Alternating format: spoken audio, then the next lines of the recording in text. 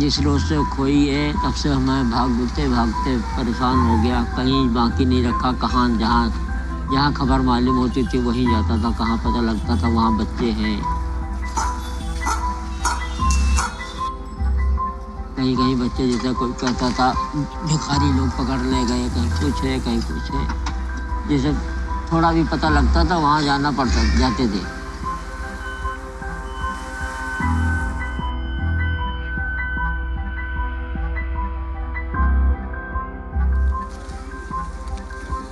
बारी बारी से हर 15 दिन 20 दिन में एक ना एक बच्चा गायब हो जाता था।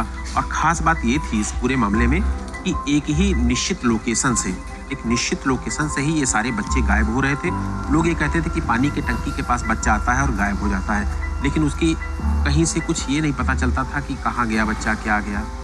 और ये सारे जो बच्चे थे, सब सारे के सारे बच्चे लोअर फैमिली को बिलोंग करते थे। किसी का पिता रिक्शा वाला था तो किसी का पिता रेड़ी लगाने वाला था। ये सारे बच्चे अपने पिता या माँ बाप से मिलने या खेलने के लिहाज से बाहर निकलते थे घर से और अचानक गायब हो जाते थे। सोचते थे कैसा हाल है क्या नहीं है, मतलब उल्टा उल्टा दिमाग में आता था, गलत दिमाग में आता था। पता नहीं कैसा है क्या है। लड़की हो का तो फिर थोड़ा और ही आदमी अच्छा कौन सोचेगा। वो जब हम लोग बैठते थे साथ में तो मेरी बहन मेरे से बोलती थी कि भारती पापा से ना पैसे मांग ले, चल चीज़ खा के आएंगे। मेरे पापा से जल्दी बोलती नहीं थी। अगर मैं लेती थी तो मेरे में से आधा ले लेती थी और मैं खा लेती थी। मेरी बहन मम्मी पापा के लिए बचा के आती थी। मम्मी कहती थी देख तेरे में इसमें कितना फ़र्क है, ये देख मेरे लिए लेके आती है तो वहाँ पर खा लेती है।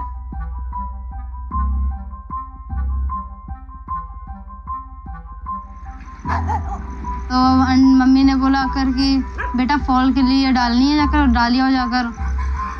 तो फिर वो कहने लगी ठीक है मम्मी मैं चल जाती हूँ। और फिर अड्डे पे ना केला मिला होगा तो मेरी बहन आधा मेरे को दे गई थी और आधा कहती मम्मी भारती को दे देना और आधा मैं खा लेती हूँ। तो मेरे को दे के गई थी केला। फिर उसके बाद मैंने उसे देखा ही नहीं। फिर उसे बहुत ढूंढा पापा लोगों ने। हम उसका रोड पे बैठ के इंतजार करते रहे कि अब आएगी। और जिस कोठी में वो गई थी वो वहीं पे था। मम्मी ने पूछा भी उससे जाकर मेरी बेटी को देखा है, कहने लगा मैंने नहीं देखा, बल्कि उसके घर में ही थी वो, उस टाइम वो जिंदा थी।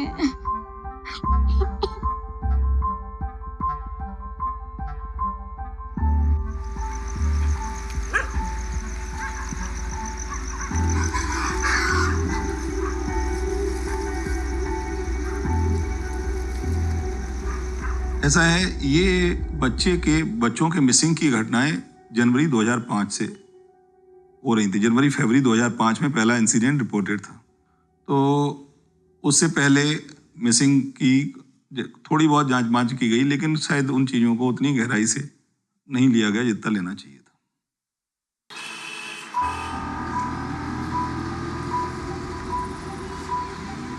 आप अगर डेमोग्राफी आपने वहाँ की सिचुएशन देखी होगी। सेक्टर 31 जो है वो पॉश इलाका है, लेकिन उससे जस्ट एडजेसेंट जो इलाका है वो निठारी गांव का है। निठारी गांव में लोगों ने अपने गांव जो था उसमें कमरे बनवा लिए और उनमें जो रह रहे हैं लोग वो ज़्यादातर मजदूर और लेबरर्स हैं।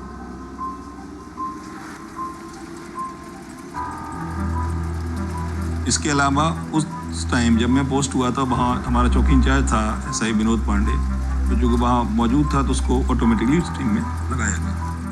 जब इकट्ठे 20-25 केस इकट्ठे हो गए हमारे पास, मैंने देखा इतने लोग गायब हैं। स्ट्रेंज, बहुत स्ट्रेंज बात है, इतने लोग एक जगह से गायब हैं। ऐसा कोई क्लू मिल नहीं पा रहा था जिससे केस ब्रेक हो। सर में दर्द होता था, बाल नोचते थे हम लोग, बड़ी टेंशन होती थी। दिन रात शायद सपने में भी आता था कैसा how we will do this, कैसे होगा केस। जब जानकारी की पता लगा कि काफ़ी बच्चे इस तरह से गायब हो चुके हैं, उसके बाद मैंने अपनी टीम को लगा के पूरी जो ज्योग्राफिकल लोकेशन थी उसकी मैपिंग कराई कि बच्चे कहाँ से गायब हो रहे हैं। तो पूरी मैपिंग कराने पे हम लोग ये कंक्लूड किए कि मोस्टली बच्चे जो एक 100 मीटर का स्ट्रेच था, निठारी का जो ट्रायंगल है वहाँ से 100 मीटर के स्ट्रेच में गायब हुए। एक डिस्टेंस क्रिएट हो गया, एक ब्लैक होल क्रिएट कर लिया हम लोगों ने। This is the black hole, ये ब्लैक होल है जहाँ के बच्चे गायब हो जाते हैं। वहाँ पर हम लोगों ने पुलिस पिकेट लगा दिया, पुलिस गार्ड लगा दिया, सो दैट कि फ्यूचर में कोई घटना ना हो और हम आगे रुक पाएँ, पकड़ पाएँ। जैसे ही पिकेट हटी, अगले दिन 2 लड़कियां गायब हो गई वहाँ से। जब खबर आई 2 लड़कियां और गायब हो गई तो सर हिल गया हमारा। लोगों ने अपने बाल नोचने शुरू कर दिए, कैसे हो गया कि पुलिस पिकेट लगे। हम आप पहुंचे, हमने देखा पुलिस पिकेट नहीं थी, बहुत गुस्सा आया। तो हम लोगों को श्योर हो गया कि जरूर यहाँ कुछ है, समथिंग इज हियर। हमको ये लगा कि शायद ये था। हम लोगों का जो अपना मानना था, जिस पे हम लोग इन्वेस्टिगेट कर रहे थे, हम लोग ये सोच रहे थे कोई ऐसा गैंग एक्टिव है जो बच्चों को आइदर फॉर द प्रोस्टिट्यूशन, को ज़्यादातर फीमेल चाइल्ड थी, या और किसी जैसे बैगिंग के लिए ले जा रहे हैं।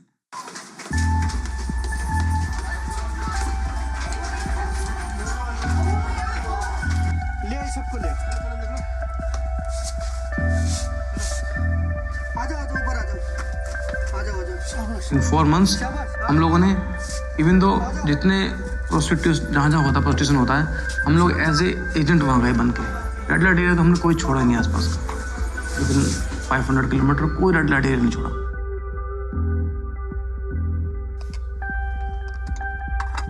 वहाँ काफ़ी लड़कियाँ पकड़वाई, हमने छापा डलवाया तो करीब 21 लड़कियाँ पकड़वाई। 21 में हमारे यहाँ की हमारी कोई लड़की नहीं मिली। ये तो चिंता बस यही हर टाइम बैठी रहती थी, कब आज मिल जाए, कल मिल जाए, आज मिल जाए, कल मिल जाए, बस इसी में लोग में मतलब लगे रहते थे। लेकिन ये दुनिया में नहीं है तो कहाँ मिल जाए।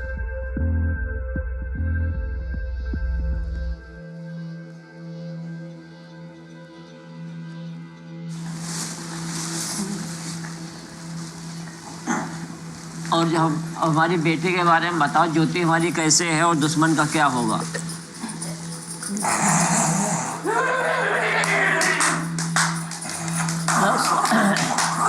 शांत शांत शांत शांत, माता रानी शांत, माता रानी शांत, शांत शांत शांत शांत शांत। उसने अपने लड़के को कब्जे में कर लिया है, उसका दिमाग कटा हुआ है, इसीलिए वो माँ बाप के नाम से वो नफरत रहता है। ज्योति के बारे में, ज्योति कैसे है, क्या है, उसका इंसाफ क्या होगा। उसका फैसला तुम करते नहीं हो, क्यों नहीं करते हो? फैसला तुम्हारे ऊपर रुका है।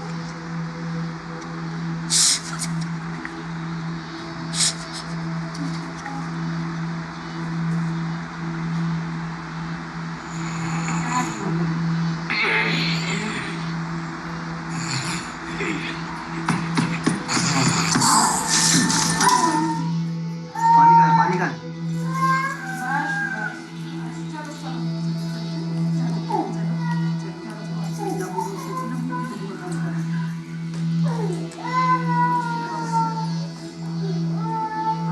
बता दिया कि कह दिया था वो लड़की है ही नहीं यहाँ, ये बता दिया लड़की है नहीं, लड़की मारी गई। कहीं ढूंढो और मत ढूंढो, कोई फायदा नहीं, लड़की नहीं मिली।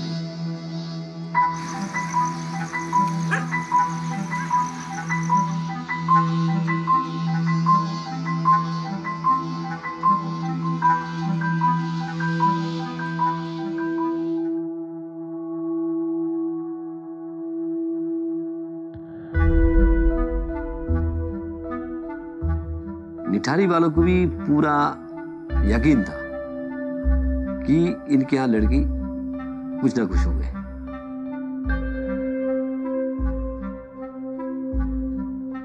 पुलिस वाले तो मुझे शुरू में बहुत तंग किया, अभी निकालो इनको। लड़की भाग गई, जवान लड़की कहाँ चली गई, यहाँ आए रिपोर्ट लेकर आने। 4 बजे लड़की गई, एक रिक्शे में बैठ के, मैं ही गेट खोला, लड़की एक रिक्शे वाले में बैठ के सेक्टर 31 निठारी गई। हमेशा बात क्या है, मोबाइल जैसे बंद हुआ तो और दिल में कुछ खराब लगे हम लोगों को। कहीं से मेरे पास किसी के रिकमेंडेशन के थ्रू नंदलाल मुझे मिला के, उसने बताया कि उसकी लड़की पायल एज 22 ईयर जो गायब है, एक मोबाइल फ़ोन लेके गई थी। क्योंकि नोएडा में सर्विलेंस जो होता है ना, इलेक्ट्रॉनिक सर्विलेंस, मैं करता था। हमने उससे पूछा कि लास्ट टाइम जो आपकी बात हुई थी तो क्या वो चिंतित थी, क्या घबराई हुई थी, क्या ऐसा लग रहा था कि किसी नाराज है, कहीं लड़ ली है, कहीं जाकर आत्महत्या कर ली उसने। इस एंगल से भी देखा हमने। उसने कहा ना, सी वॉज हैप्पी, बहुत खुश थी वो। तो नंदलाल ने बताया कि मेरी लड़की घर से ये कह के गई थी कि मैं पंधेर के पास जॉब करने जा रही हूँ। कुछ सुराग नहीं मिल रहा था, लोगों से बातचीत में भी कुछ बातें निकल कर नहीं आ रही थी।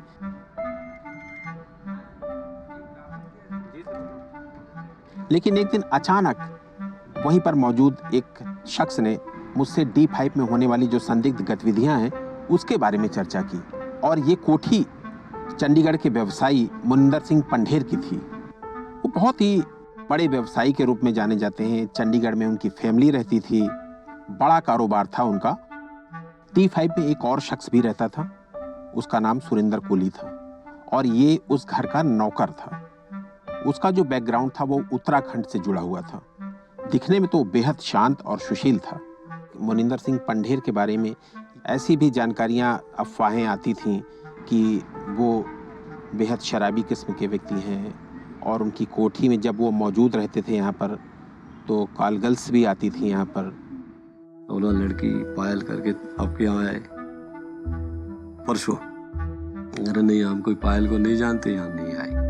उसके बाद भी काफ़ी देर खड़े रहे, उसको पूछते रहे कि ये पता कहाँ है। तो उसी टाइम शक तो हमें पूरा ही था कि कहीं लड़की अंदर बंद है या तो कहीं बाहर कहीं भेज दिया। तो हमने चेक किया, जो डेट उसने बताई कि इस डेट को पंधेर के पास गई थी वो, हमने उस डेट को पंधेर की लोकेशन निकाली मोबाइल फ़ोन की। उस मोबाइल फ़ोन में पंधेर की लोकेशन चंडीगढ़ आई। हमने पंधेर को कॉल किया कि इस लड़की ने आपको फ़ोन किया था, आप कहाँ थे? उसने बताया कि उसके पिता की मृत्यु हो गई थी, चंडीगढ़ में था। और पिता की मृत्यु हो चुकी है, कितना रेपुटेड आदमी बोल रहा है, पिता की मृत्यु हुई है। तो वेरीफाई भी की हम लोगों ने, लेकिन सत्य प्रतीत हुई। क्योंकि हमारे पास कोई सबूत नहीं था, कोई बात नहीं थी किसी भी शक करने की, कोई आधार नहीं था, हम कुछ कर नहीं पाए। फिर हमने पंधेर से थोड़ा रिजिडली, थोड़ा टाइटली पूछताछ शुरू करी। जब हमने पंधेर को टाइट करना शुरू किया तो पंधेर ने एक्सेप्ट कर लिया, yes Payal was a call girl. Payal एक कॉल गर्ल थी।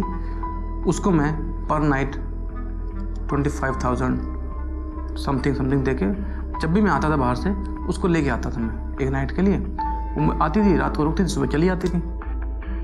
बड़ा अजीब बात बताई कि पायल का जो बाप है नंदलाल, वो पायल को 40,000 महीना हमारे पास भेजता है, हमसे 40,000 महीना लेता है। हमने नंदलाल को बुलाया। जब नंदलाल से पूछा तो उसने बड़ी ही बेशर्मी से कहा कि चलिए जो मैं जो करवाता हूँ ठीक है, लेकिन आपको मेरी लड़की ढूंढनी है। मैं अपना जीवन तो बिल्कुल त्याग चीज़ है कि मुझे जीना है तो लड़की ढूंढ के जिएंगे, नहीं तो मर जाएंगे तो मर ही जाएंगे, घर जाऊंगा नहीं। जीवन मैंने त्याग दिया था, मैं मेरे औरत दोनों ही जीवन त्याग दिए थे। कोई हाल ऐसा नहीं था कि हम घर वापस जाओ। बहुत पागल हो गए थे ऐसा, लेकिन बोल वाला था जो कि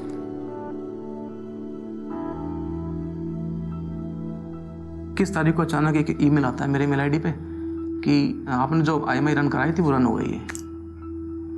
अरे बड़ी खुशी हुई।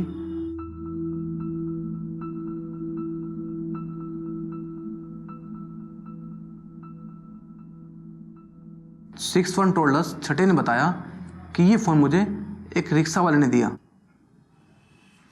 उससे पूछा कि जब तुमने फ़ोन पिक किया था तो फ़ोन पे बेल आ रही थी, घंटी आ रही थी, आपने बताया। उसने कहा हाँ बेल आ रही थी। मैंने बेल आ रही थी, it means SIM was there in the phone, SIM था फ़ोन के अंदर। और वो सिम कहाँ है आप? तो सिम पे नंबर लिखा होता है, 15 डिजिट का सिम नंबर होता है। वो सिम नंबर दिखाई दिया मुझे। मैंने वो सिम नंबर सभी कंपनीज़ को मेल किया। मैंने बहुत ही रैपिडली, बहुत तेज़ी से काम किया। उन्होंने तत्काल मुझे रिस्पॉन्ड कर दिया। नाम आया Surendra Kohli, village Nithari, Noida. Within 5 to 10 minutes, I was there on D5.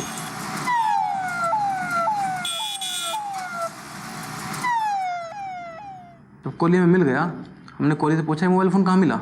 उसने बताया कि मोबाइल फ़ोन मुझे मेरे पड़ोसी ड्राइवर ने दिया। बहुत श्रूड था, बहुत तेज था और हार्ड भी बहुत था। हमने उस ड्राइवर बुला लिया, वो आया, उसने बताया नहीं। इस कॉली ने मुझे अल्मोड़ा से चलने से पहले फ़ोन किया था और कहा था कि पुलिस को बताना कि मोबाइल फ़ोन तुझे मिला और तूने मुझे दिया था। उसका एक झूठ पकड़ा गया।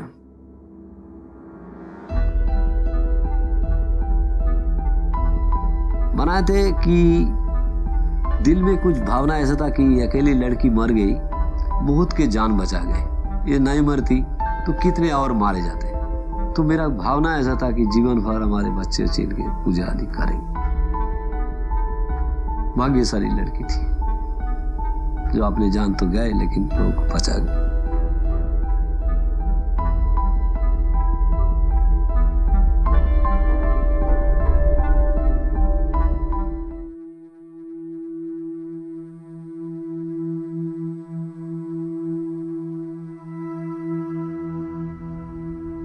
तो हम 5-6 लोग थे। हम लोग अपने आप को बड़ा अच्छा इंटरव्यूअर मानते थे कि हम लोग बड़े अच्छे पूछने वाले हैं और साइकोलॉजिकली हम अच्छा आदमी को डील कर लेते हैं, हम ही मानते थे। But you will not believe, उसने हमें साइकोलॉजिकली डील कर लिया।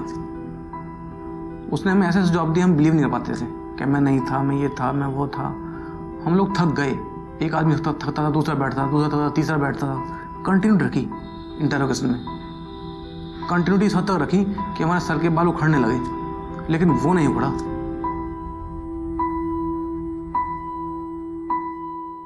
हम लोग बहुत पजल हो गए। फिर हम लोगों ने उसे छोड़ा, वहाँ बंद किया, हम लोग चले क्रिकेट खेलने। हमने लेट्स प्ले क्रिकेट, फिर आ गए, फिर दोबारा इंटरव्यू करेंगे फ्रेश होके। हमने इंटरव्यू स्टार्ट किया, उसने फिर वो झूठ बोलना शुरू किया, नहीं मैं नहीं जानता, मैं था नहीं। बड़ा ही हार्ड क्रिमिनल था, शायद लाइफ में 1-2 क्रिमिनल ऐसे मिलते होंगे जितने हार्ड होते होंगे। तो हम लोग कितना साइकिल डील कर पाते हैं ये हम जानते हैं। हम लोगों की जो पेशेंस होता है उसका कोई लेवल नहीं होता। हम लोग हमेशा माइनस में रहते हैं, टेम्परेचर कूल रहते हैं, लेकिन उसने हमें हॉट कर दिया। उसने हमारे सारे तार हिला दिए, पारा एकदम पहुँचा दिया पीक पे।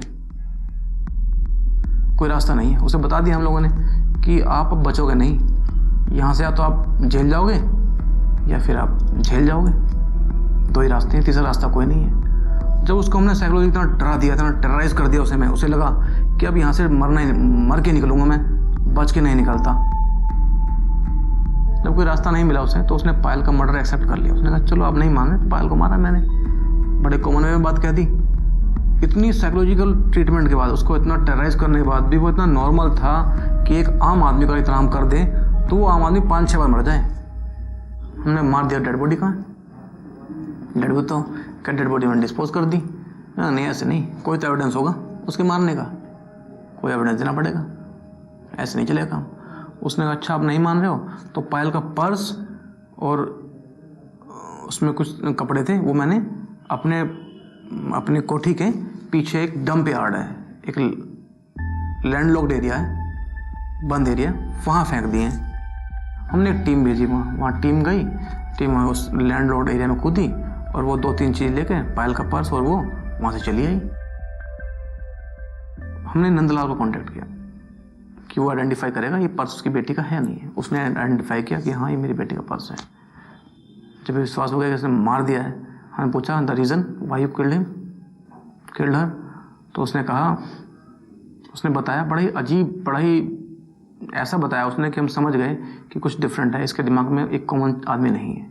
उसने बताया कि पायल वॉज ए कोरल गर्ल, वो मेरे मालिक के बुलाने पाती थी, मालिक उसको पूरी रात रखता था, फिर वो चली जाती थी। उसको देख के मेरी भी इच्छा कर गई, क्योंकि सी वॉज वेरी प्रिटी, ब्यूटीफुल थी वो।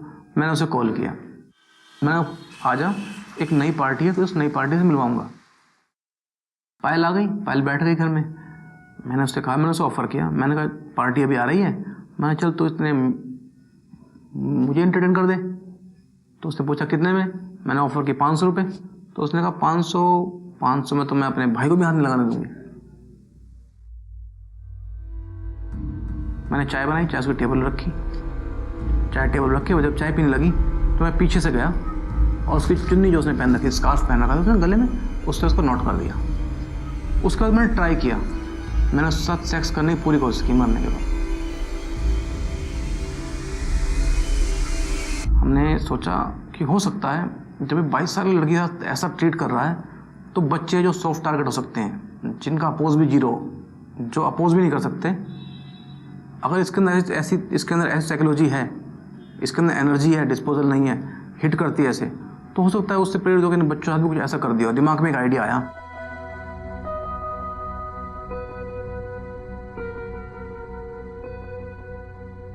एक ब्लैक होल में एक वही आदमी ऐसा मिला जिसने ऐसा काम किया था। हमने जैसे ही, यू विल नॉट बिलीव, अब मैं आपको बताने जा रहा हूँ ना, लेकिन मेरे सारे बाल खड़े हो गए। और जैसे ही मैंने उसको पेपर दिखाया वो जिसके अंदर सभी बच्चों के फोटो थे, you will not believe what he started saying. उसने क्या कहना शुरू किया। लड़की सेक्टर 30 की तरफ से 31 निठारी की तरफ आ रही थी। इसका नाम फोटो दिखाने पे और बाद में पता चला पुलिस के जरिए इसका नाम डिम्पा है। तो इसको मैंने काम के लिए बुला लिया अंदर। इसको अंदर लाते ही मैंने इसको बोला कि सामने से मतलब जो है अभी मैडम आ रही, मैं पैसे की बात करवा देता हूँ। और जैसे ये उधर को देख रही थी, मैंने पीछे से इसी के चुने से इसका गला दबा करके और इसको बेहोश कर दिया। उसके बाद इसके साथ सेक्स करने का कोशिश किया और सेक्स करने का कोशिश किया। थोड़ी देर सेक्स करने की कोशिश करने के बाद उसके बाद जब सेक्स नहीं हो पाया मेरे से, मैंने गला दबा करके इसको मार दिया उसके चुने से। तो पता नहीं मेरे अंदर कहाँ से एनर्जी आई। उसने कहा कि मेरे अंदर एनर्जी आई और मैं पागल सा हो गया। जब मैं पागल सा हो गया, मैंने उसको गला घोट के मार दिया। फिर मैंने उसके साथ सेक्स करने की कोशिश की, लेकिन मैं कामयाब नहीं हो पाया। उसके बाद फिर मैंने उसको ऊपर बाथरूम में लेके चला गया। ऊपर बाथरूम में ले जा करके नीचे आया किचन में, और नीचे किचन में से आकर के चाकू लेके गया और इसको मैंने उसी टाइम तुरंत काट करके और इसका मैंने बाजू और ये सीने का एक पीस भी खाया था। अच्छा। हाँ जी, जो मैंने घर में ही मतलब किचन में बनाया था। किचन में बनाया था? हाँ जी। और जब मतलब शाम को कितना खाया मेरे को ये पूरी तरह ध्यान नहीं है। और मैंने बाकी बच्चों का फिर इसके बाद मेरी पूछने की हिम्मत नहीं रही, क्योंकि उसने सबके साथ यही किया होगा। Same story. मैं बाहर चला गया। नहीं, मैं कितना अनर्थ हो गया। हम लोग जिन बच्चों को जिंदा ढूंढ रहे थे वो में डेड बॉडी मिली। इस घटना ने मेरे पूरे कॉन्सेप्ट को हिला दिया, मेरी पूरी लाइफ को हिला दिया। मैंने ऐसा भी सोचा भी नहीं था कि मैं इतने बच्चों को डेड बॉडी ढूंढ पाऊंगा। उसने कहा चलो अब आप मान ही रहे, मैंने सच बता ही दिया, बचा नहीं कुछ तो अब कहने को। तो मैंने उनके सर काट के पीछे दबा रखे हैं। मैंने कहा क्या उसी एरिया में जहाँ से पर्स लाए हो? अरे हम और चौंक गए। हमने वहाँ तो कूड़ा पड़ा, गंद पड़ा वहाँ तो, बहुत ज़्यादा गंद है वहाँ तो, कि हाँ उसी गंद में नीचे दबे हुए हैं। अभी मैं आपसे नहीं बात कर सकता भाई। वो सर फेंकता था वहाँ पन्नी पॉलीथीन में रैप करके, तभी मैं उस पर ले आया कूड़ा फेंक देता ताकि बैड स्मेल ना आए। मैंने सभी बच्चों को सर? कि हाँ सभी बच्चों को सर।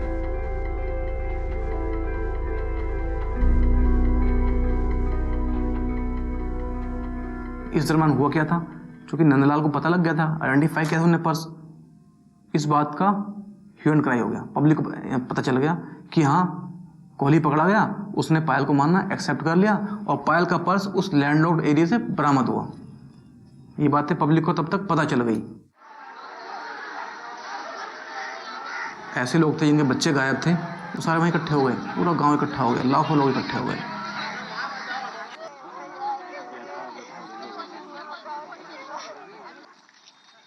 कोठी नंबर 5 थी, वो हमारा घटना स्थल था। तो नेचुरली वहाँ तुरंत फोर्स लगा के उससे प्रोटेक्ट करना हमारी थी, क्योंकि सारी एविडेंसेस, जो भी एविडेंसेस हमारे पास थी, वो या तो नाले में थी, पीछे गैलरी में थी और कोठी के अंदर थी।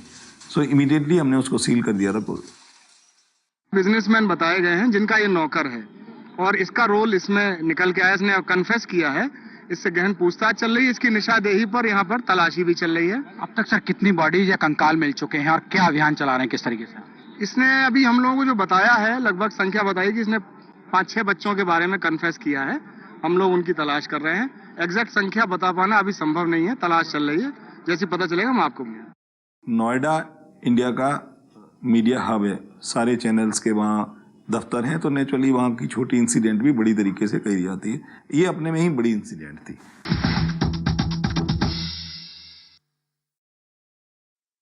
क्या कोई इंसान सिर्फ हवस की भूख मिटाने के लिए या चंद सिक्कों की खातिर हैवानियत की इस हद तक जा सकता है? यह सभ्य समाज में रहने वाले किसी इंसान की सोच से भी परे है। लेकिन सतीश और मोहिंदर की घिनौनी हरकतों ने साबित कर दिया है कि इंसान के अंदर बैठा जानवर अभी भी जाग रहा है, जिसके हाथ मासूमों और बेगुनाहों का खून करते भी नहीं कांपते। पेशे से चौकीदार सतीश का काम लोगों की हिफाजत करना था, लेकिन ये मासूमों का कातिल निकला। पुलिस के मुताबिक सतीश ने 5 बच्चों की हत्या की बात कबूल कर ली है, जिनमें लड़कियां और लड़के दोनों थे। सतीश ने यह भी बताया है कि उसने बच्चों के साथ दुष्कर्म करने के बाद उन्हें मार दिया। सतीश उर्फ सुरेंद्र मूल रूप से उत्तरांचल के अल्मोड़ा का रहने वाला है। वो पिछले 5-6 साल से नोएडा सेक्टर 31 के D5 नंबर के बंगले की चौकीदारी करता था। ये बंगला दिल्ली में रहने वाले मोहिंदर सिंह नाम के एक शख्स का है।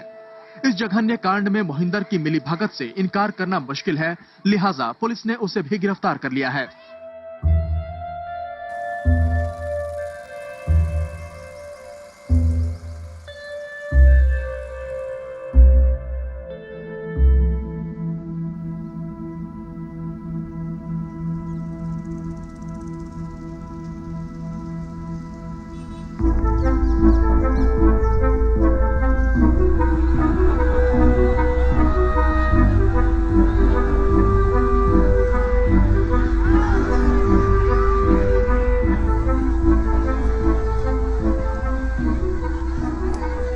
मैं भी नया ही था इस फील्ड में, तो ये तो सारे लोगों के मन में था कि ऐसा कोई कर कैसे सकता है। खाने वाला नेक्रोफिलिया और ये सब चीज़ें हम लोगों ने सुनी नहीं थी हिंदुस्तान में कि ये सब चीज़ें होती भी हैं, इस तरह के काम होते हैं।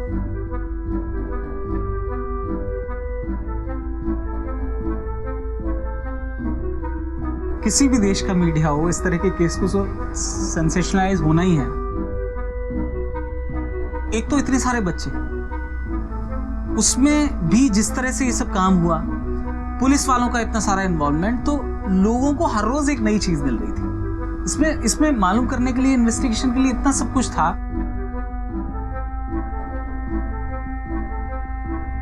कि इसको आप सेंसेशनलाइज बोल सकते हैं या फिर उस समय उस डिमांड थी लोगों की, क्योंकि हर मीडिया के पास ये था कि हम कुछ नई चीज लेके आए।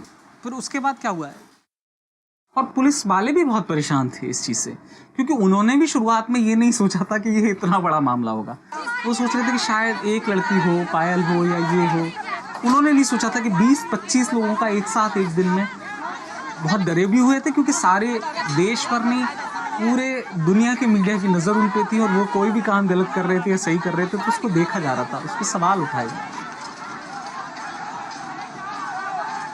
अब उन लोगों के दिमाग में जिनके बच्चे खोए हैं, या ये 4 साल का बच्चा जिसका खो गया, और वो भी खोया कैसे, एक नॉर्मल किसी की वजह से खो जाए, कोई किडनैप कर ले या कोई मार दे, किसी को भी पता चले कि मेरे लड़का था या लड़की था, उसके साथ रेप किया गया, हाथ पैर काट दिए गए और ये सब कर दिए गए, तो उनमें गुस्सा स्वाभाविक है। और मनिंदर सिंह पंदेर की वजह से भी बहुत सारे काम उनको ये लगता है कि हुए हैं।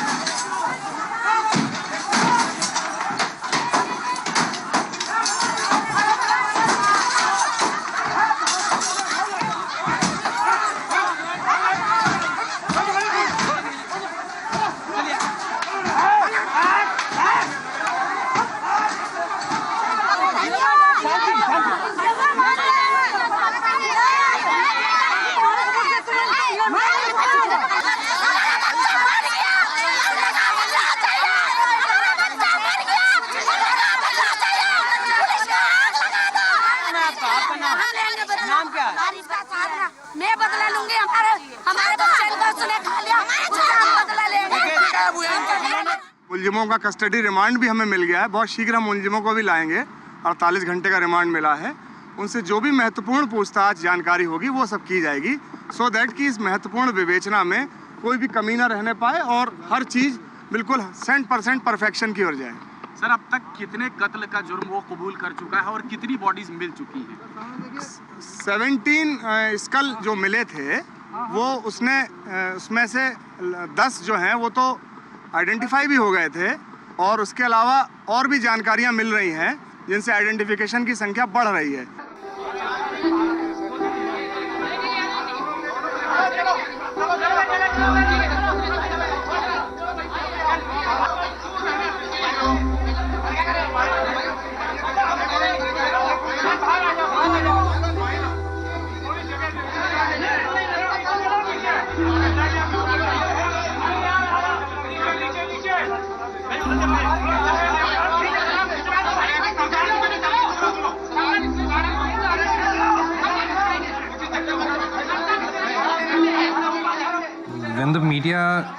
went ballistic over everything, that very day we knew things are not going to be the same. That's a way the media would like to manipulate things, you know. They want to create story, and that I think is the best way for them to create story. Otherwise, without Maninder Singh Pandher, is there a story? It's just another crime then. When you have a rich man stuck in something, then it's a story.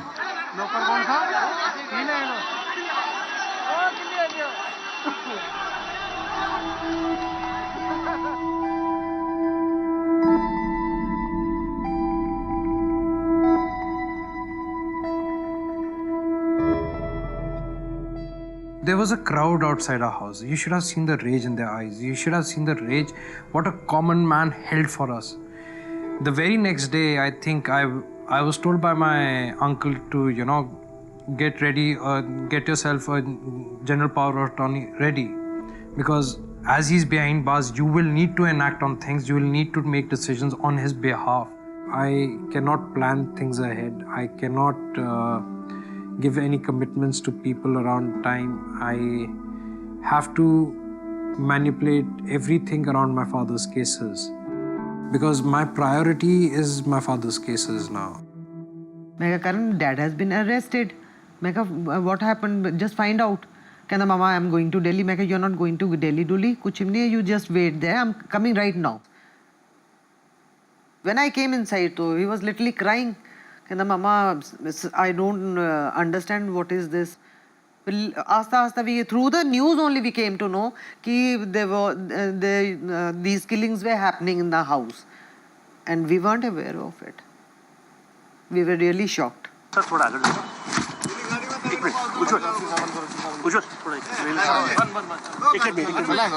For 5 minutes they made us meet my father, but they said there's not more than that. We just to show you he's all right. There's nothing wrong with him. He's being well taken care of. That time I met him for the first time. And I think he started crying the minute we met him, and he just couldn't believe what blunder had happened. He didn't expect the thing would go so much out of hand. And he just kept on crying. He's like, I have not done it. I don't know what's happened. Like, please forgive me. Please forgive me. I didn't want to put you guys through this. That's all he kept saying. He just couldn't believe what had happened. He may be in jail, but we are equally in jail also. We are also confined by everything. We cannot expand our work. We cannot progress in life until unless this gets over. Because this is something that will consume our entire time. This is the road going. This is the road, na? This goes. And this bend, this is the house. That's the water tank. There's no water tank.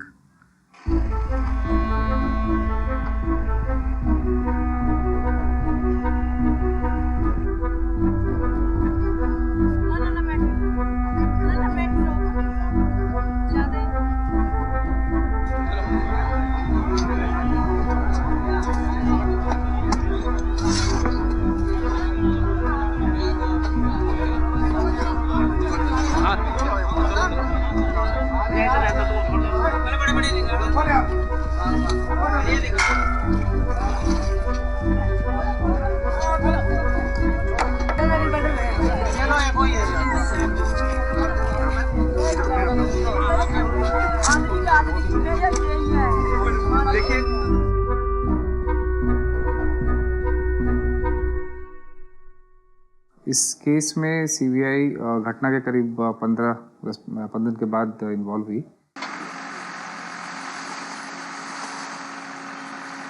और हम लोग जब तक घर पे गए तब तक क्राइम सीन बहुत हद तक डिस्टर्ब था।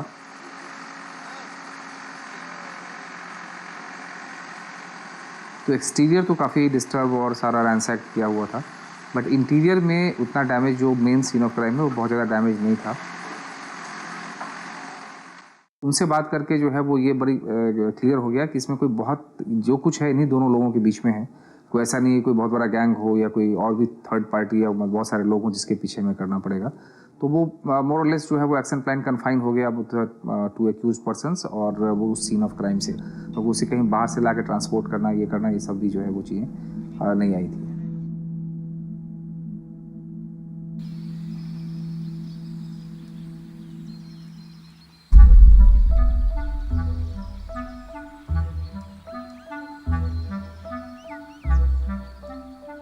सेवा में परम पूजनीय पिताजी को मैं आपकी बेटी सिमरन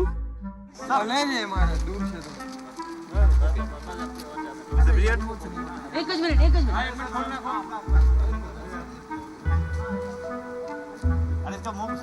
थोड़ा नीचे कर दो भैया, नीचे कर दो।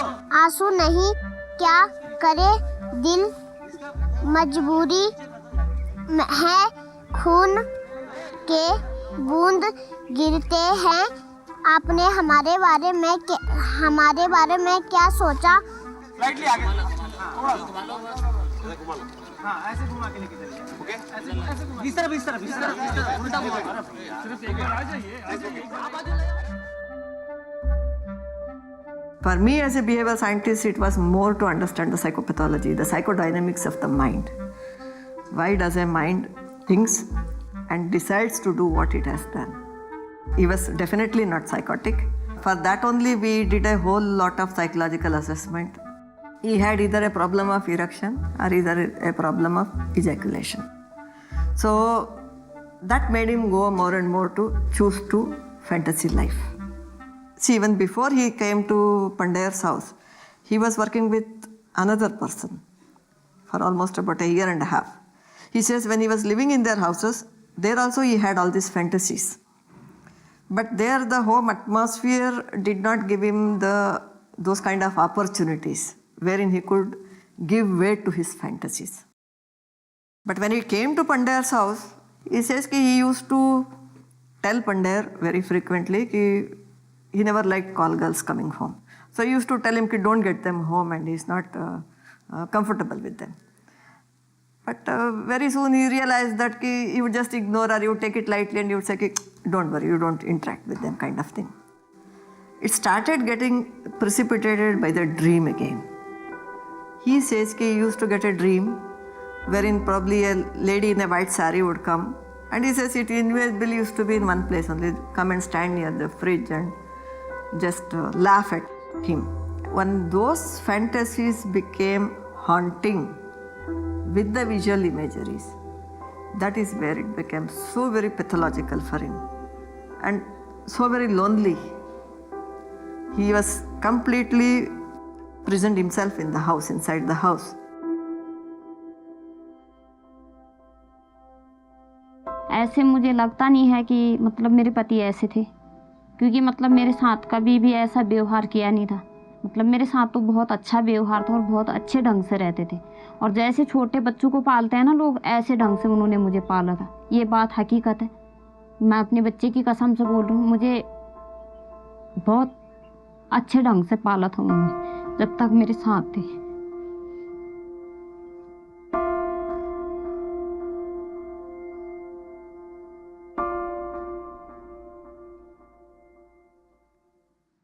तो फिर उसके बाद 6 महीने के बाद घर पे आए थे।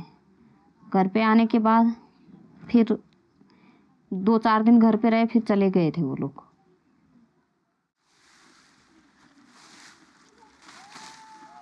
घास लेने जाते थे तो दोनों जाते थे, लकड़ी लेने जाते थे तो दोनों जाते थे, अगर कहीं भी जाते थे तो दोनों जाते थे। अकेले वो मुझे छोड़ते नहीं थे।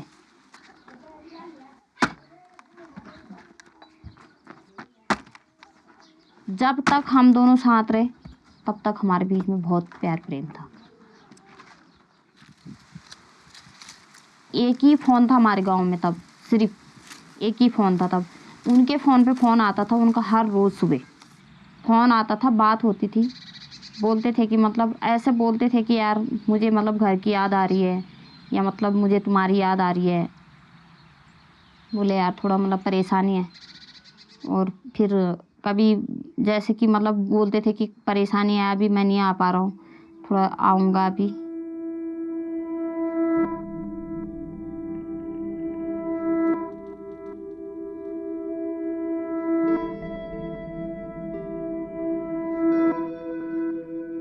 From the time that visual imagery would appear till the time he would dispose the body, and what I call totally a calm period, which would come subsequent day. So it is that kind of 48 hours, I can say कि almost he lived in a different stage of consciousness. if you see the whole list of people whom he has picked up, he starts with children from the age range of 5 to 7, and then gradually it increases, and then it goes to adolescents, and then it comes to adults, and then it goes to married women also. In all these places, he was trying to experiment his own competence to get his urge satisfied. Now, उसके बाद होगा relevant question, क्या मोनिंदर सिंह के कहने पर आप उसे मानव मांस खिलाते थे? ठीक है, वही रिलेवेंट क्वेश्चन है, क्योंकि पुलिस उस वक्त ऐसा मान रही थी कि मोनिंदर के कहने से वो बनाता था और खिलाता था, पर it is not like that. उसने ना बोला है, इट इज़ माइनस. ओके, वो ना कहने में थोड़ा वेरिएशन है, पर इट कैन नॉट अफेक्टेड, और उसके हिसाब से इतना नहीं कह सकते कि वो झूठ बोल रहा है. Two opposite natures.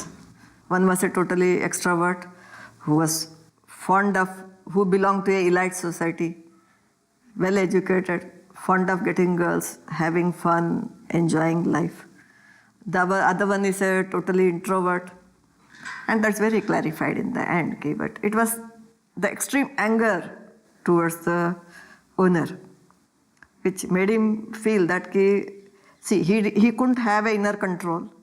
Then the external environment became so very congenial, it did not help him in regaining his control. On the contrary, it helped him in giving vent to his inner urge.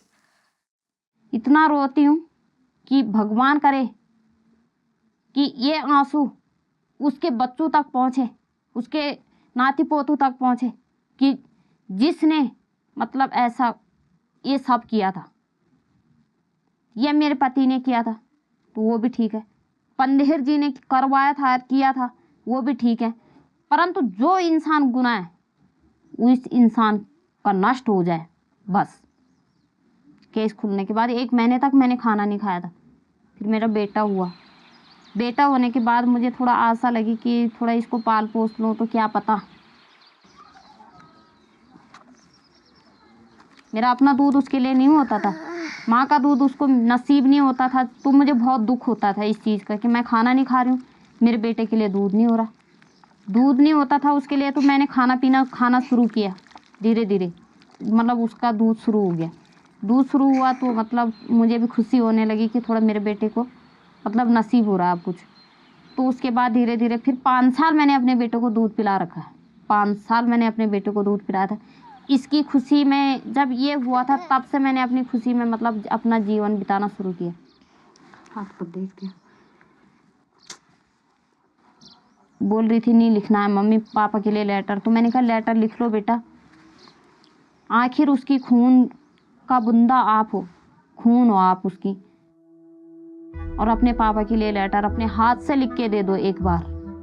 आपको क्या लगा हमारी जिंदगी बर्बाद करके आपको क्या मिला? आप बताओ कि आपने क्या सोचा? धन्यवाद. बात पापा लिखने वाली बेटी सिमरन.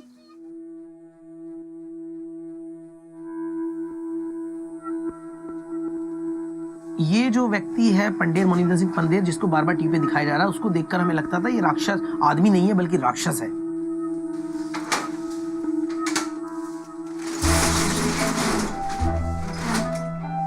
उस समय जो पहली बार मैंने इनकी शक्ल देखी थी, तो वाकई में इनके प्रति मेरे मन में किसी प्रकार की कोई जो है किसी प्रकार की दया नहीं थी, क्योंकि ये शक्ल से इनकी शक्ल को देख के मुझे ऐसा लगा था, चेहरे को देख के, कि इनके अंदर पश्चाताप का कोई भी भावना नहीं है. जिन माँ बाप के बच्चों के साथ ये हुआ है, मैं उनकी जगह अपने को रख के देखता था, और तब मैं सोचता था कि वाकई में इस केस में मुझे क्या करना चाहिए, मुझे इस केस के अंदर कहां तक जाना चाहिए, और मुझे इंसाफ कहां तक दिलाना चाहिए.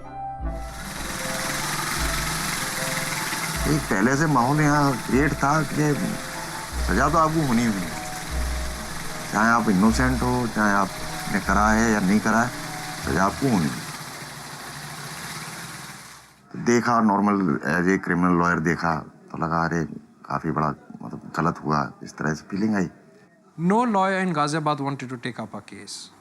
They just didn't want to take up our case. They had branded my father as a murderer and as a molester. Pandher साहब का लड़का हमारे पास आया और उसने कहा कि ये मेरे फादर इनोसेंट हैं और मुझे आपकी मदद की ज़रूरत है। तो हमने बट नेचुरल पूछा कि भाई हमने तो ये पढ़ा है, ये देखा है, हमें तो नहीं लगता कि तुम्हारे फादर इनोसेंट हैं। देन हमने पेपर इकट्ठे करे, पेपर इकट्ठे करने के बाद में स्टडी करा, पूरा मुकदमा देखा, हमें लगा रही ये तो वास्तव में निर्दोष है, ये दिखा क्या रहे और है क्या। तो हमें लगा कि अगर किसी निर्दोष की हम क्यों फिर वकालत कर रहे हैं, अगर हम किसी निर्दोष की मदद नहीं कर सकते। Rimpa Haldar case was one of those cases where we were summoned by the court. We were not charged sheet by the CBI. एक तो पहले हमारा परिवार बहुत अच्छा था, मैं खाना खाओ ना खाओ एक शांति था, किंतु लड़की खोने के बाद वो शांति हमारा निकल गया। आज जितना दिन हम लोग जिएगा उतना दिन वही टेंशन है, क्यों अच्छा नहीं है, दुनिया बहुत खराब है। पुलिस वाला भी बताया जो देख लो इधर उधर हो सकता है, गरीब आदमी को कौन जानते हैं, कोई नहीं मदद करता है, ये बात है। हम लोग तो मैंने ढूंढ के परेशान हो गया। एक जगह घूमने फिरने जाओ तो उसको याद आता है, किसी को लड़की को शादी होता है तो हमारा भी याद आता है, जो हमारा लड़की होता है तो आज शादी होता है, याद तो हर टाइम आता है। His charges as per the CBI charge sheet were minute charges: Immoral Traffic Act, Corruption Act, harboring. That's about it. Public को और मीडिया को पता लगी कि चार्जशीट किस में करा। चार्जशीट केवल इन दो चीज़ों में करा है, तो थोड़ा बवाल सा मचा। अरे इसके खिलाफ कुछ नहीं मिला, कोई एविडेंस नहीं आई, ऐसे नहीं होना चाहिए।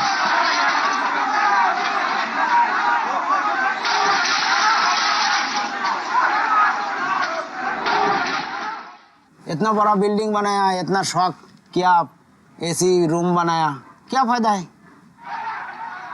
साढ़े को साढ़े काट दो, कानून तो है नहीं।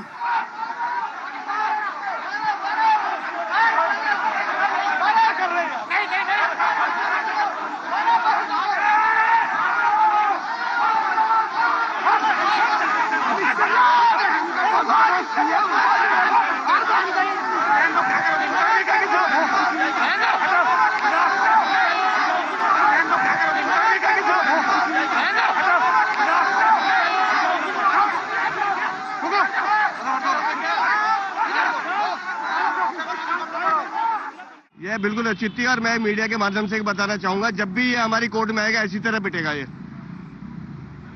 क्योंकि न्यायपालिका मतलब डिसीजन तो देना ही है ही है। खैर वी आर ह्यूमन बीइंग, वकील के साथ साथ एक अच्छे नागरिक भी हैं, और कोई भी भारतवर्ष का नागरिक। और मैं आपको बताना चाहूंगा कि ये इंडिया में पहली दफा ऐसा घिनौना काम हुआ है कि बच्चों का मांस खाना, उनके पार्ट्स बेचने, क्या ये कहाँ का एक उचित है? ये आदमी नहीं, जानवर है, जानवर। जब भी हमारी कोर्ट में आएगा इसी तरह यहाँ के वकील स्वागत करेंगे, और इस बार तो बच गया ये।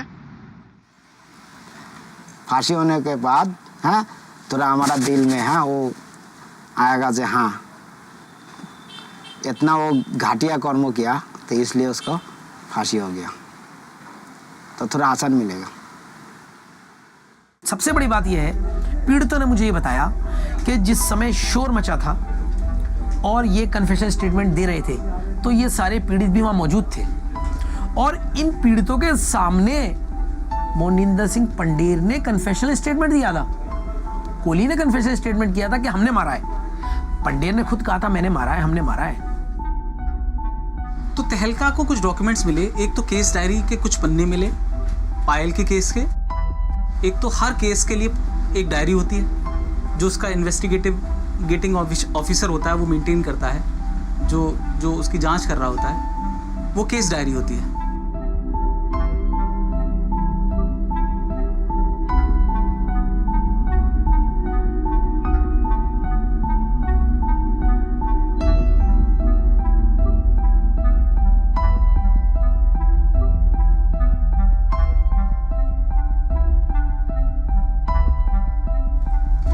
लेकिन सीबीआई ने अपने केस में केस डायरी का जिक्र तो किया है, लेकिन केवल वहाँ किया है जहाँ सुरेंद्र कोहली ने ये एक्सेप्ट किया कि मैंने ये सारे काम किए। लेकिन उन्होंने केवल मनिंदर सिंह पंडेर का जो एक्सेप्ट किया है उसने स्टेटमेंट में कि मैंने ये काम करवाया था या मैं ये सब काम करता था, उसको सीबीआई ने बिल्कुल टच ही नहीं किया। पंडेर ने कहा था कि जब कभी रात में मुझे नींद नहीं आती थी तो मैं सुरेंद्र कोहली से कहता था कि जा किसी लड़की का जुगाड़ कर।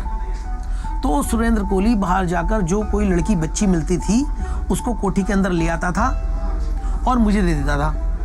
पहले मैं उसके साथ बलात्कार करता था, उसके बाद मैं सुरेंद्र कोहली को दे देता था कि अब तू कर ले। और जब वो कर लेता था तो मैं उससे कहता था कि इसको मार के काट के टुकड़े करके फेंक दे। There is no confession in the police custody made by my father. He was made to sign 2 blank documents by Noida police, which I was told by my father the day I met him कि I have signed 2 documents which are blank and submitted to the Noida police.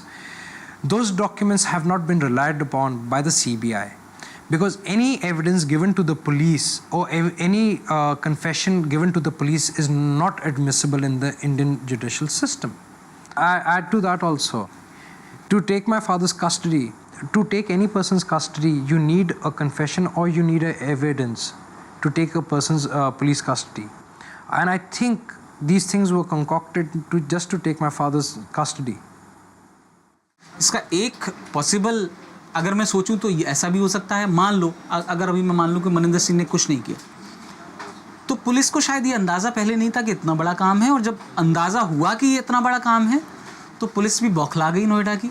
ये basically ऐसा है कि वो confession जो है वो normally हम लोगों ने पुलिस वालों से भी बात की, उसने किया नहीं था, बट उस टाइम में चूँकि उनको नहीं था और इस कन्फेशन का कोई एविडेंशियरी वैल्यू नहीं होता है, इसलिए जो है वो ये प्रिज्यूम करते हुए कि वो था, उन्होंने वो कन्फेशन उसका जो है वो लिखा है। जबकि कभी भी ना तो किसी पुलिस वाले ने बताया कि उसके सामने उसने क्राइम कन्फेस किया, और ना पंधेर ने बताया ना पुलिस वालों ने बताया। बट एक चूँकि उस टाइम का एक परसेप्शन था कि ऐसा कैसे हो सकता है कि इसके बिना नहीं होगा, इसलिए चूँकि उसको उन्होंने अरेस्ट किया था तो उसका इन्वॉल्वमेंट दिखाने के लिए वो कन्फेशन लिखा हुआ था, which was not correct. Investigation हमारे यहाँ कुछ नहीं बचती, कहीं मर्डर भी होता है तो उसके घर वालों से पूछा जाता है कि तुम्हारा भाई किसने मार दिया, तो वो कह दे कि अगर वो ये कह दे कि मेरा किसी एक 1 पर्सन का नाम ले, चाहे वो हो या ना हो, इससे कोई फर्क नहीं पड़ता, तो वो अपराधी हो गया है, उसके खिलाफ ट्रायल चलेगा, उसके बाद में अदालत को देखना है कि वो है या नहीं है, सज़ा करनी है या नहीं करनी है, पर एविडेंस यहाँ कोई कलेक्ट नहीं करेगा, केवल इतना काफ़ी है कि हाँ मेरे को फलाने ने मारा है। 2 फेक गवाह बन जाएंगे कि जी हमने मारते हुए देखा, बात खत्म। बेसिक कॉन्सेप्ट यहाँ का ये क्लियर है। इसमें एक बहुत बड़ा सवाल है, वो ये कि अगर पुलिस ने स्टेटमेंट उसको शामिल किया था और वो गलत स्टेटमेंट था, इसका मतलब पुलिस ने गलत काम किया था। तो पुलिस मतलब ये समझते हुए भी कि पुलिस ने मनिंदर सिंह पंदेर का गलत स्टेटमेंट लिखा, अगर हम मान लें कि वो गलत था, कि इस स्टेटमेंट के आधार पर मनिंदर सिंह पंदेर को फांसी भी हो सकती है।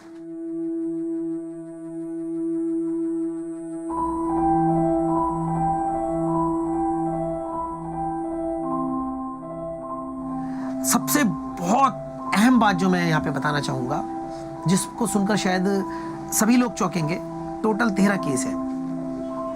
सीबीआई ने इन्वेस्टिगेशन किया।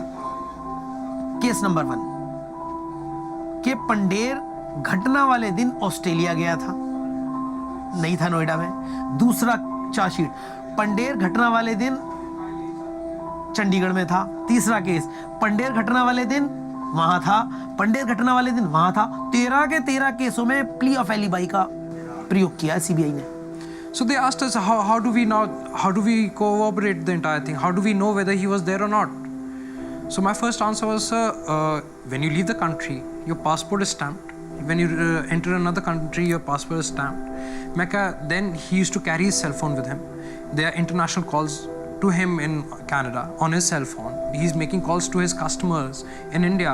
So obviously the outgoing will also be explained it in his bill.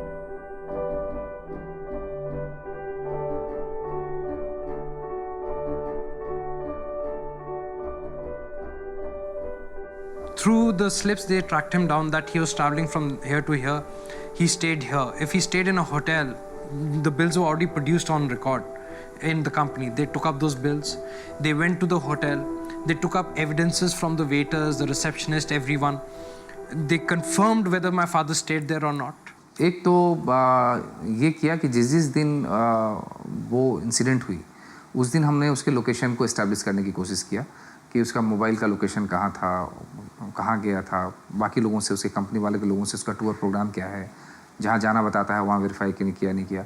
कुछ इंसिडेंट्स एक दिन ऐसे हैं जहाँ पर कि वो फॉरेन में है, ऑस्ट्रेलिया में है, तो उसके पासपोर्ट, वीज़ा सारा कुछ हम लोगों ने चेक करके वेरीफाई कराया कि वो बाहर गया है नहीं गया है। तो जनरली एक ट्रेंड ये था कि मोस्ट ऑफ द टाइम जब ये क्राइम हुए हैं, पंधेर जो है वो सिटी में नहीं है मोस्ट ऑफ द टाइम। और सबसे बड़ी बात है सीबीआई ने ये बेवकूफ़ी की है केवल फ़ोन की लोकेशन के आधार पे। आदमी की लोकेशन और फ़ोन की लोकेशन फ़र्क आता है। ये ज़रूरी नहीं है जो फ़ोन की लोकेशन है वो आदमी की लोकेशन भी हो सकता है कोई व्यक्ति मर्डर करने के लिए अपनी लोकेशन, फ़ोन कहीं और रख के चला जाए और मर्डर कहीं कर दे, तो फ़ोन की तो सीबीआई ने सबसे बड़ी बात यह है प्ली ऑफ एलिबाई 13 के 13 केसेस में लिया है और ये दिखाया है कि घटना वाले दिन पंडेर, जिस दिन मर्डर हुआ पंडेर वहाँ था ही नहीं। जबकि किसी भी साइंटिफिक एविडेंस से ये बात क्लियर नहीं है कि मर्डर कब हुआ।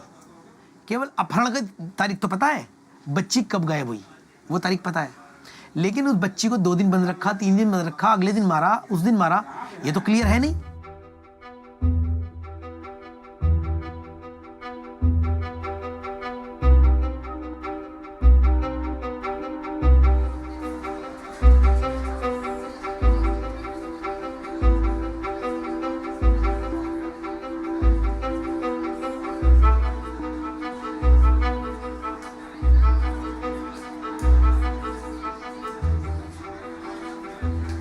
लेकिन जब ये कन्फेशनल स्टेटमेंट सामने आया, केस डायरी की नकल हमने जमा की, उसकी फर्द जमा की जो आरी बरामद हुई है, उसके बाद उसका स्टेटमेंट रिकॉर्ड हुआ, स्टेटमेंट का क्रॉस एग्जामिनेशन हुआ, उन सब से रमाजन साहब को ये लग गया एविडेंस के बेसिस पे कि हाँ पंडेर का इसमें इन्वॉल्वमेंट है।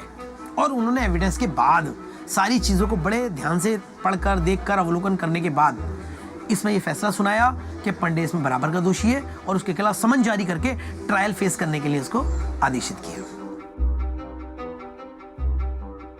My father was summoned under sections 302, that is murder, that read with 120B, that's conspiracy to murder, then rape, conspiracy to rape, abduction. So after my father's 313, he very blatantly told me, he's like, listen, I know I'm going to get convicted. And I have this very bad feeling. I don't know, like, I think we are stuck now. Moninder Singh Pandher और उसका नौकर सुरेंद्र कोली निठारी के मुजरिम करार दिए गए हैं। CBI की विशेष अदालत ने आज निठारी के रिम्पा हल्दर मामले में दोनों को दोषी ठहराया है। दोनों की सजा पर कल सुनवाई होगी।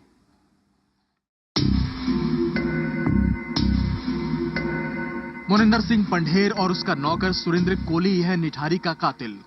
सीबीआई की विशेष कोर्ट की जज रमा जैन ने 14 साल के रिम्पा हल्दर की हत्या के मामले में कोली को हत्या और बलात्कार का दोषी पाया है, जबकि पंढेर को हत्या और हत्या का षड्यंत्र रचने का दोषी पाया गया है। उस समय अचानक से दोनों लोग रोने लगे थे। पंढेर बहुत ज़्यादा सख्ते में आ गया था, गिर गया था नीचे, और पंढेर का लड़का जो करणदीप है और उनकी वाइफ है, उन्होंने बाहर आके मीडिया से बोला था कि अदालत पे से हमारा विश्वास उठ गया है। पर उनको सुरेंद्र कोली नहीं चाहिए, उनको जस्टिस नहीं चाहिए, उनको पंधेर चाहिए, उनको एक नाम वाला आदमी चाहिए कि टंगे। ठीक है यार, if this is what justice is, fine, but this is injustice for us as family. This is injustice, we are hurting for it यार, because as Indian I expect my country to do justice to me. I expect my judicial system to do justice to me. This is wrong. When we were held guilty by the court, my lawyer came up to me, that's Devraj. He was very blunt to me. He's like, listen, I fear it's going to be a death penalty, but they have asked me to argue what kind of a penalty would you want. क्योंकि ये India है, यहाँ अगर आप हमें life से करेंगे कि लाइफ कन्विक्टेड करेंगे तो हमारी अपील भी नहीं हत्या हो पाएगी। आप हमारे डेथ पेनल्टी कर दें तो कम से कम हमारी 2 साल में अपील सुन जाएगी। No, you are my lawyer and you're asking me to basically sell my father out and asking me to take a death penalty against him. तो अब इसे गिल्टी होल्ड के इस ऑर्डर के खिलाफ कौन करेगा? हाई कोर्ट ही करेगा। अगर हाई कोर्ट आप यहाँ से गिल्टी लाइफ में कर देंगे तो हाई कोर्ट अपील नहीं सुनेगा। कारण है कि हाई कोर्ट में ऑलरेडी 20 साल से पेंडिंग है, जिनकी 20 साल पहले लाइफ में हुई कन्विक्शन, वो अपील आज तक तय नहीं हो पाई। तो हमारा भी नहीं होता तो 20 साल बाद होता। तो ये एक रास्ता दिखाई दिया कि इससे आप हमें डेथ पेनल्टी कर देंगे तो 2 साल में उम्मीद है कि हमारी अपील सुन जाएगी। I thought for it for 2-3 minutes. As I listened, I know it's a very hard decision for me. Go in for the death penalty. Let's see.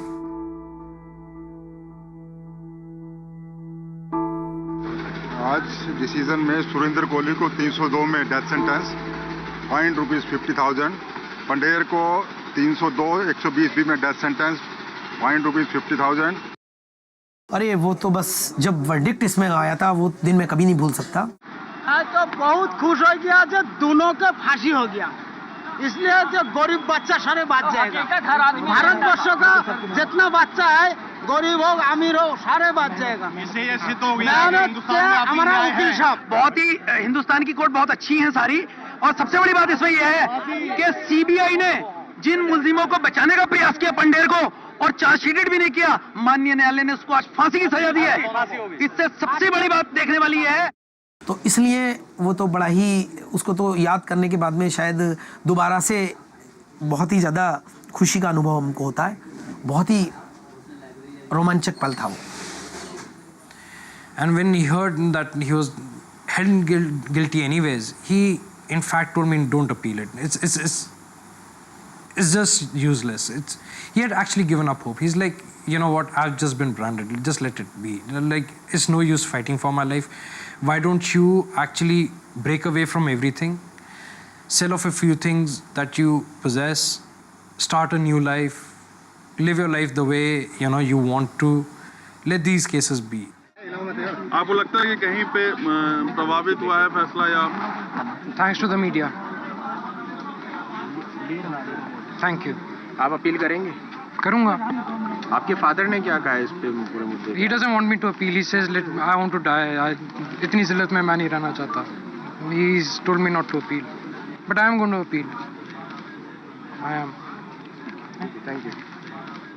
And I refused. And I still remember I was crying. I was standing with him. I was crying. I was like, it's not going to happen. As much as you want to try to explain things to me, it's not going to happen. It's the end of the story with me. I'm fighting it. I'm fighting it. I will not lose heart for it. I'll not give up on you because it's not in me. I don't give up on things. I don't give up on family, and especially my father. Never ever will I.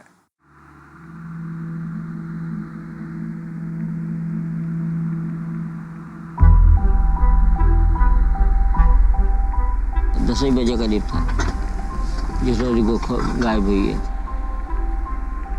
तो इतने में जो पहले ही 2-3-4 case तो पहले ही पता लगा था यहाँ से ऐसे हो रहे, एकदम से मतलब परेशान हो गए कि काम छोड़ के सब लड़के जो हैं ये तो कोई साइकिल, हमारे पास 3-4 साइकिलें रहती थी, कम से कम 4 साइकिलें 5 साइकिलें, सबके पास अपने बच्चे सब अपने साइकिलें से मतलब आना जाना रहता था।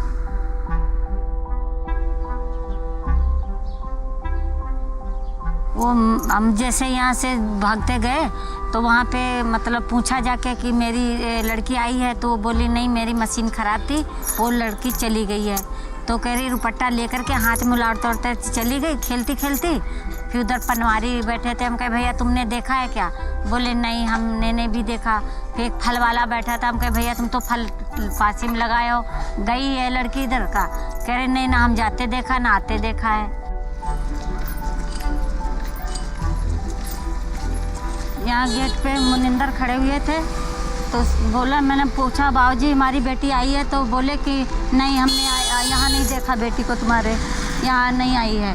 तो हमने बोला आप यहीं पे बहुत देर से खड़े हो और आप देखा नहीं? इधर ही तो गई थी अभी रुपट्टा लेके। तो बोले नहीं इधर हम देखे नहीं, खड़ा तो मैं हूँ मगर देखा नहीं, ऐसे बोले सरदार जी। फिर खड़े तो हूँ मैंने देखा नहीं। अब ताकि गेट ही पकड़े खड़े हुए थे, गेट ही पे खड़े रहे और खूब रो रही, बोला तब भी नहीं बोला कि चलो तुम्हारी बेटी हमने पकड़ ली, कुछ नहीं बोला। अंदर बुला के बंद कर लिया बेटी को मेरी।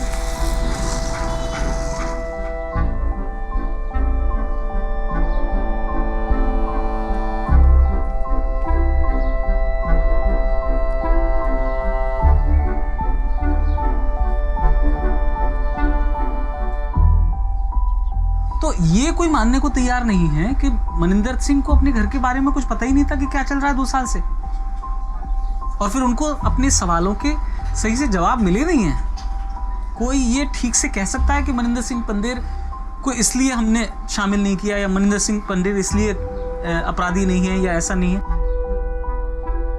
Everything has happened in your house. How come you don't know? That is the simple most question people ask. My question to them has always been a very standard question. You are sitting right now in front of me.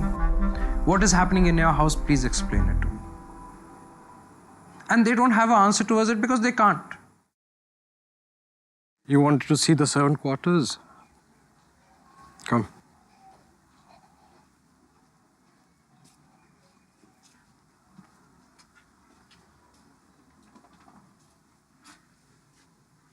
Oh, they're not here right now. A master and a servant is actually a very wide term for an employer and an employee. We just retain the colonial term servants. Otherwise, they are as good as our employees these days. We cannot. It's not any kind of slavery. They get their monthly dues. They do their work according to what they're prescribed to do. And that's about it. It's a very clean, you may say, it is an employer-employee sort of a thing. And like she is our maid at the house, as well as she is the gardener's wife, and they take care of the entire garden, as well as she mops inside. नहीं, घर तो एक normal house था, जैसे सबका house होता है। उस हाउस में ऐसी कोई एबनॉर्मलिटी नहीं थी, बिकॉज ये आदमी जो कोहली था, जो इंसिडेंट कर रहा था, वो ऊपर बाथरूम में उसके सारे इंसिडेंट थे, नीचे थ्रॉटलिंग कर दी और ऊपर जाके उस चॉपिंग करता था। तो एक नीचे एकदम नॉर्मल हाउस था, जैसे नॉर्मल हाउस होता है। केवल अंतर इतना था कि उसमें कोई फैमिली नहीं रहती थी। पंधेर जब कभी आते थे तो रहते थे, अदरवाइज यही रहता था। तो बेसिकली तो ये एक तरह से उस घर का मालिक था मेरी समझ से।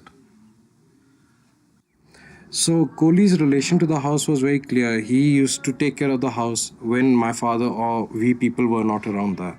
So in a very simple term, when we were not there, he was the master of the house. Like they have a unit to themselves. Kohli had on the first floor, he had a room to himself, and he had a washroom attached to it. He had an independent entry as well as an entry from inside the house. They think it's us who has done it. It's my father who has done it. How much ever we explain it, how much ever we try to simplify things for them, they just don't want to.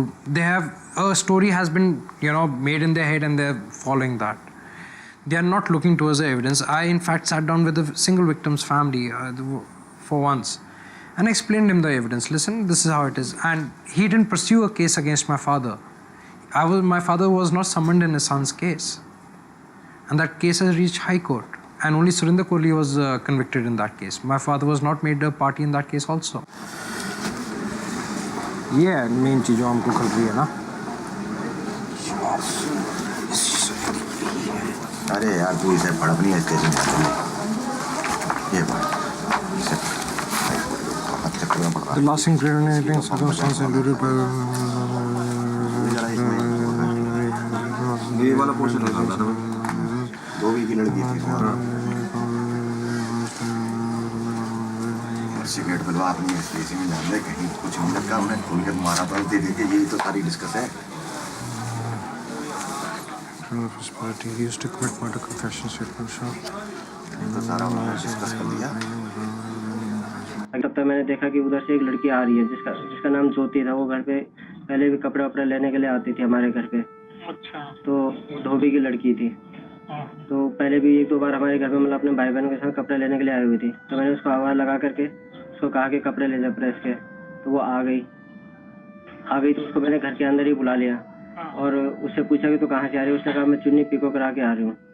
तो चुन्नी pico करा के आ रही हूँ। फिर उसके बाद जो है उसको मैं कहा तू कपड़े गिन ले। वो कपड़े गिनने लगी और चुन्नी उसने साइड में रख दिया। मैंने उसी के चुन्नी से उसका गला दबा करके उसको बेहोश कर दिया, जिसकी उम्र करीब 10-12 साल की थी, और इसको भी बेहोश कर दिया। उसके बाद इसके साथ सेक्स करने का कोशिश किया और नहीं हो पाया। उसके बाद उसी चुन्नी से उसका गला दबा कर उसको ऊपर बाथरूम में रख दिया, और बाथरूम में रखने के बाद फिर नीचे आया और नीचे आकर के एक कट्टा लेकर के गया और कट्टे में डाल करके इसको रख दिया, और शाम तक ये वहीं बाथरूम में पड़ी रही।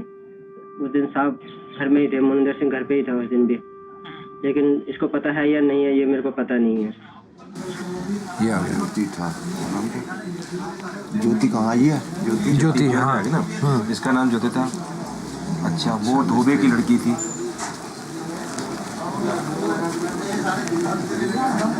है ना, मैं ही पढ़ी थी उस दिन, मैं ही पढ़ी थी उस दिन। साहब घर में थे, मोनिंदर सिंह घर पे ही थे, लेकिन उसको पता है या नहीं ये मेरे को पता नहीं है। उससे बार बार हम लोग भी यही हैमर करने की कोशिश करते थे कि कैसे ये हो सकता है कि इतने दिनों से ये चल रहा है और आप पता ना हो कि ऐसा हो रहा है। तो धीरे धीरे इतना ज़्यादा कॉन्फिडेंस उसमें था कि, और इतना सिंपल था कि मैं ये सोच भी नहीं सकता था कि कोई आदमी इस ढंग का हीनियस क्राइम जो है वो कर सकता है। तो ना तो उसमें कोई बुरी आदत थी, ना वो ड्रिंक करता था, ना वो सिगरेट पीता था, ना वो कोई इधर बाहर जाता था, ना कोई उसको मिलने आता था। तो ऐसे आदमी पे डाउट करना जो है वो नॉर्मली पॉसिबल नहीं होता कि क्यों डाउट किया जाए जबकि ये ठीक ठाक कर रहा है।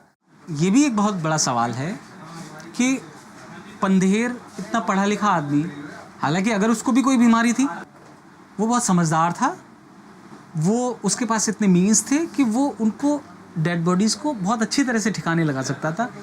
वो अपने घर के आगे पीछे नहीं फेंकता। अगर कोई भी समझदार आदमी शायद नहीं फेंकेगा।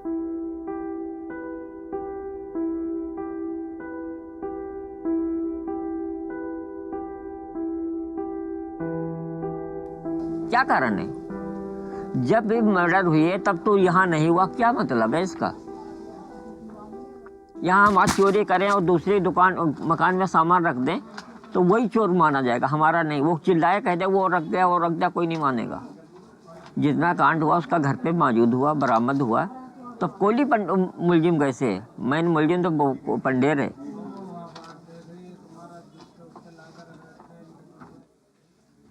उनको क्या करना है? सारा सबसे लेट का केस हमारा ही तारीख आना था क्या?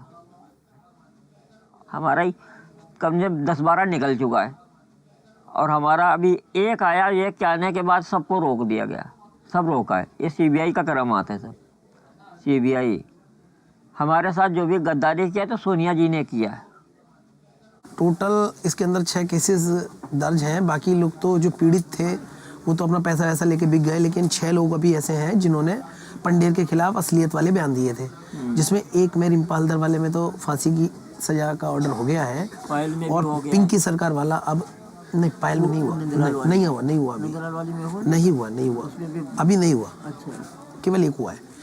अब दूसरा पिंकी सरकार वाला मामला, उसमें बहस में लग गई है, उसमें भी दोनों को फांसी होगी। इसके बाद ज्योति मेरा अपना मामला है, इसके अलावा करमवीर और उसका सुनील विश्वास का मामले भी पेंडिंग है, जिनमें पंडित के खिलाफ सारे बयान, और दोनों को ही इसमें सजा होनी है। तो इसलिए इसमें काफ़ी लंबा अभी समय लगेगा, और तब तक तो हम इसको बाहर जेल से आने देंगे नहीं, क्योंकि ये आएगा नहीं बाहर, मोनिंदर सिंह पंधेर, और अभी इसमें लंबी प्रक्रिया, कानूनी प्रक्रिया इसमें रहेगी। इस तरीके से थोड़ा सा आप बता दें।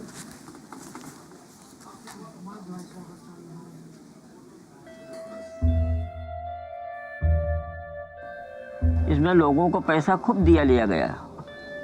लोगों ने के अपना घर बना लिए, जो झोपड़ी में थे वो कोठियों में हो गए, जिनके पास साइकिल नहीं थी उनके पास गाड़ियां हो गई।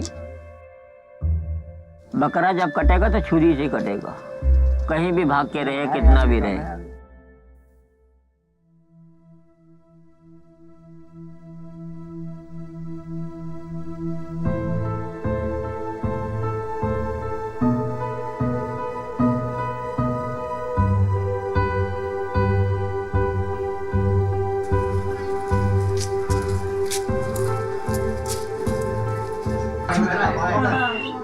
नहीं लेके तो देखा कि वहाँ एकत्रित और क्या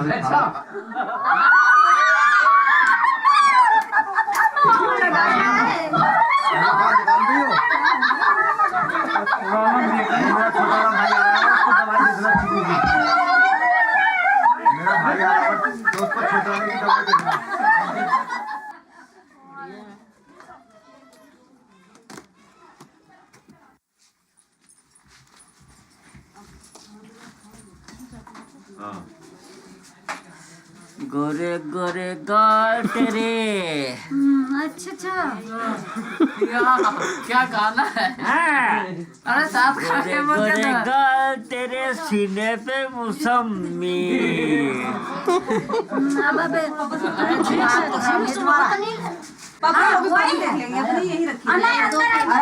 अंदर अंदर अपना फोन तो हटाओ बार।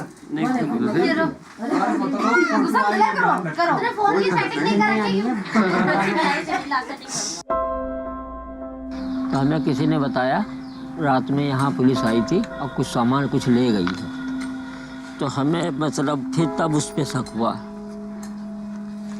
जब हमें पंडेर पे शक हुआ, मैं कहा हो सकता है इतने में गायब हुआ, जो कपड़े वक्ते हो सकता है। 10 बजे तब इनको हमने लड़कों को चढ़ाया दीवार पे, उसमें ढूंढवाया तो एक पन्नी में सर मिला, बिल्कुल साफ, काफ़ी पुराना। फिर उसके बाद में एक सर और मिला, फिर एक सर और मिला, 3 सर मिले, पुराने तीनों मिले। फिर थोड़ा घास वास हटाया हो गया तो उसमें देखा एक बोरी में जो है बॉडी पड़ी हुई।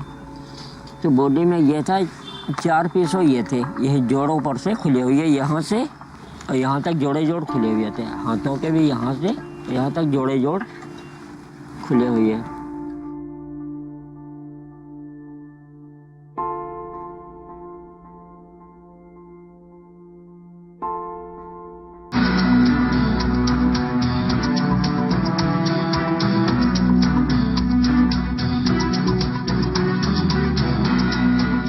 नोएडा के सनसनीखेज निठारी कांड में अभियुक्त मोनिंदर सिंह पंढेर को इलाहाबाद हाई कोर्ट की तरफ से बड़ी राहत मिली है।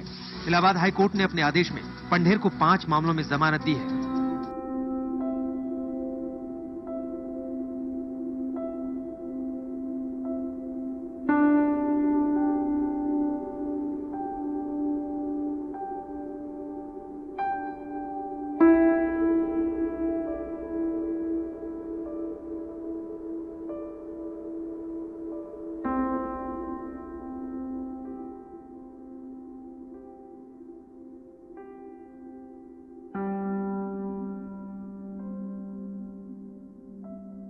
There was so much concoction added by the Indian media that no one could understand what this man had done. Everyone thought he murdered children.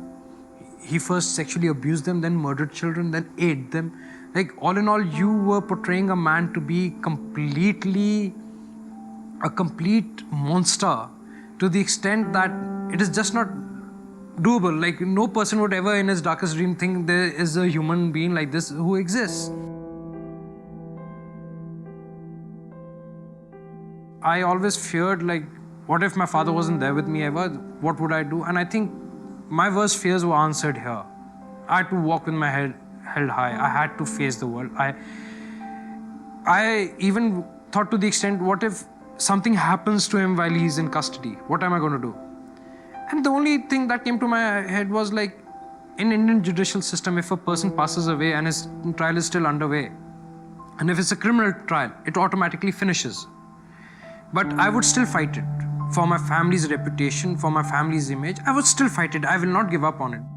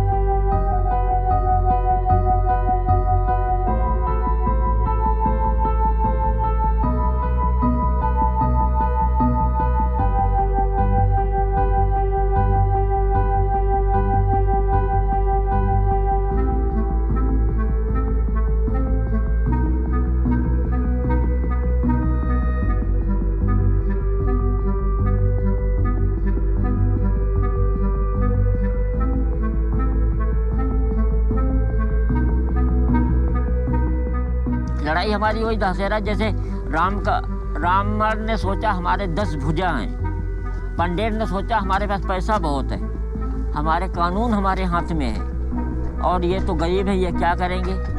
Ram को देखा, कहता ये तो छोटे छोटे बच्चे हैं, ये तो हम कभी भी पेड़ से मसल देंगे इनको।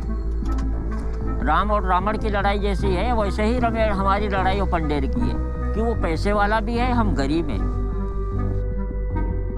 हमसे लोग कहते हैं वो तो हाथी है तुम चींटी हो, तो वही हमने कहा राम चींटी थे, रावण कितना बलवान था, कितना था, लेकिन समय अनुसार आखिर हार उसी को मानना पड़ा।